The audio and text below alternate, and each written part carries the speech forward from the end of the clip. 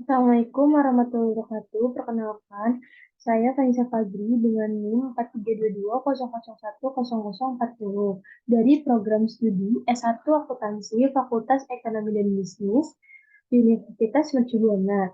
Pada kesempatan kali ini, saya akan mempresentasikan penelitian saya dengan judul Pengaruh Leverage dan Capital Institusi terhadap Tax Avoidance dengan ukuran perusahaan sebagai variabel moderasi dengan meneliti perusahaan manufaktur sektor industri barang konsumsi yang terdaftar di Bursa Efek Indonesia periode 2018 sampai 2022.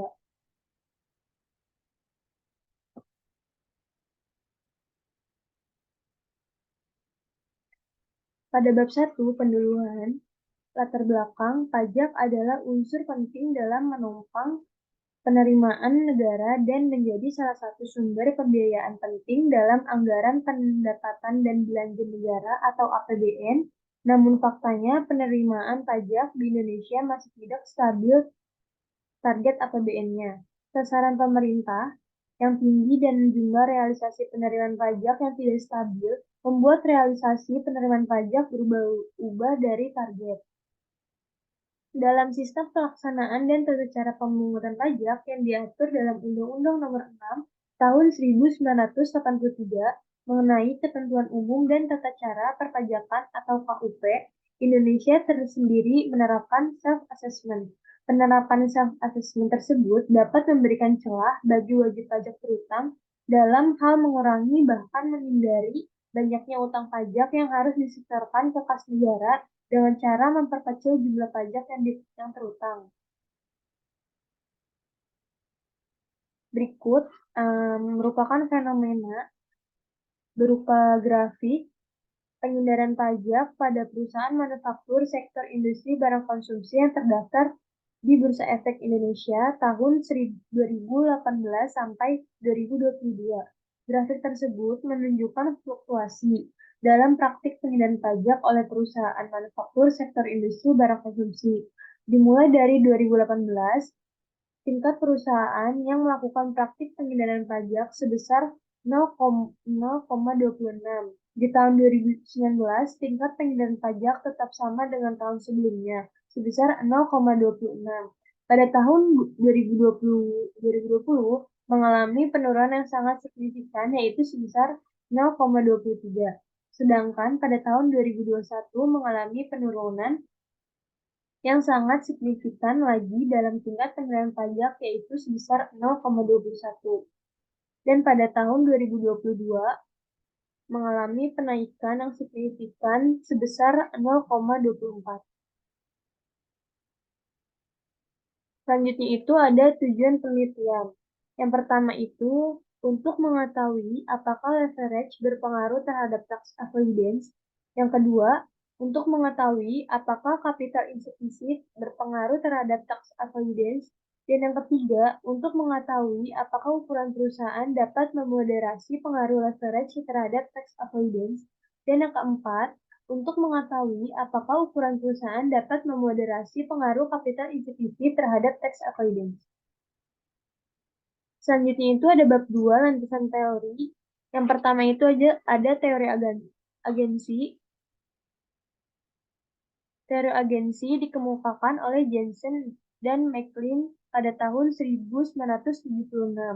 Teori agensi muncul ketika terjadinya perjanjian hubungan antara prinsipal yang memiliki wewenang sedangkan agen yang memberi wewenang untuk menjalankan perusahaan. Dan yang kedua itu adalah pengindaran pajak. Pengindaran pajak adalah upaya yang dilakukan secara legal dan aman oleh wajib pajak sebab dilakukan dengan cara tidak melanggar dan tidak bertentangan dengan ketentuan perpajakan yang ada. Pengindaran pajak bisa dikatakan ilegal jika dilakukan dengan tindakan yang murni untuk menghindari sistem pajak yang berlaku dan visi dari usahanya termasuk dalam kondisi yang buruk. Dan yang ketiga itu adalah leverage. Leverage merupakan rasio yang mengukur kemampuan perusahaan dalam memenuhi kewajiban jangka panjangnya serta mengukur besarnya aktiva yang dibiayai oleh utang. Dan yang keempat itu adalah capital intensity. Capital intensity adalah salah satu kebijakan investasi di mana investor lebih cenderung berinvestasi ke aktiva tetap perusahaan. Capital intensity mengacu pada aktivitas investasi yang berhubungan dengan investasi dalam bentuk aset tetap dan persediaan yang dilakukan oleh perusahaan. Dan yang kelima itu adalah ukuran perusahaan. Ukuran perusahaan adalah skala yang dikategorikan perusahaan ke dalam perusahaan besar dan kecil berdasarkan berbagai cara seperti total aset perusahaan, nilai pasar saham, tiket penjualan rata-rata, dan total penjualan. Ukuran perusahaan secara umum dibagi menjadi 3 kriteria, yaitu perusahaan besar, perusahaan menengah, dan perusahaan kecil. Berikutnya itu adalah hipotesis. Hipotesis pertama, leverage berpengaruh positif terhadap pengendalian pajak. Hipotesis kedua, capital efficiency berpengaruh positif terhadap pengendalian pajak. Dan hipotesis ketiga, ukuran perusahaan dapat memperkuat pengaruh leverage terhadap pengendalian pajak. Dan yang terakhir yaitu hipotesis keempat, ukuran perusahaan dapat memperkuat pengaruh capital efficiency terhadap pengendalian pajak. Pada kerangka konseptual, sesuai teori yang dilaporkan sebelumnya, maka kerangka konseptual dalam penelitian ini digambarkan sebagai berikut. Leverage X1, capital institusi X2, pengendalian pajak Y, dan ukuran perusahaan itu Z. Selanjutnya itu pada bab 3, metode penelitian, terdapat metode pengumpulan data. Yang pertama itu adalah populasi dan sampel. Populasi penelitian, perusahaan manufaktur sektor industri, barang konsumsi yang terdaftar di Bursa Efek Indonesia tahun 2018 sampai 2022. Sampel penelitian yang saya lakukan yang digunakan adalah teknik persuasive sampling.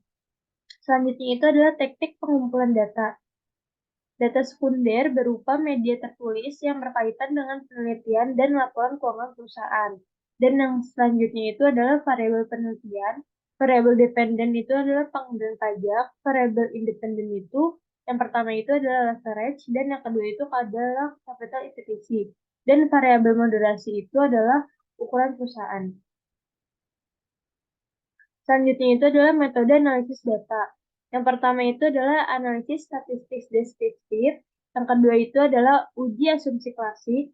Terdapat uji normalitas. Selanjutnya ada uji multikolonialitas. Dan yang selanjutnya itu ada uji heterokedasitas. Dan yang terakhir itulah uji autokorelasi.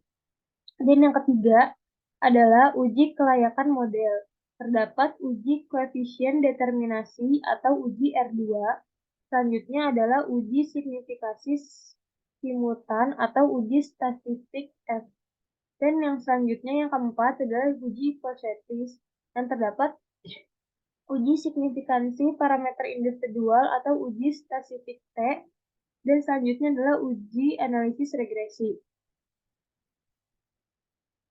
Baiklah, sekian presentasi dari proposal skripsi penelitian saya. Kurang lebihnya mohon maaf. Terima kasih atas perhatiannya. Wassalamualaikum warahmatullahi wabarakatuh.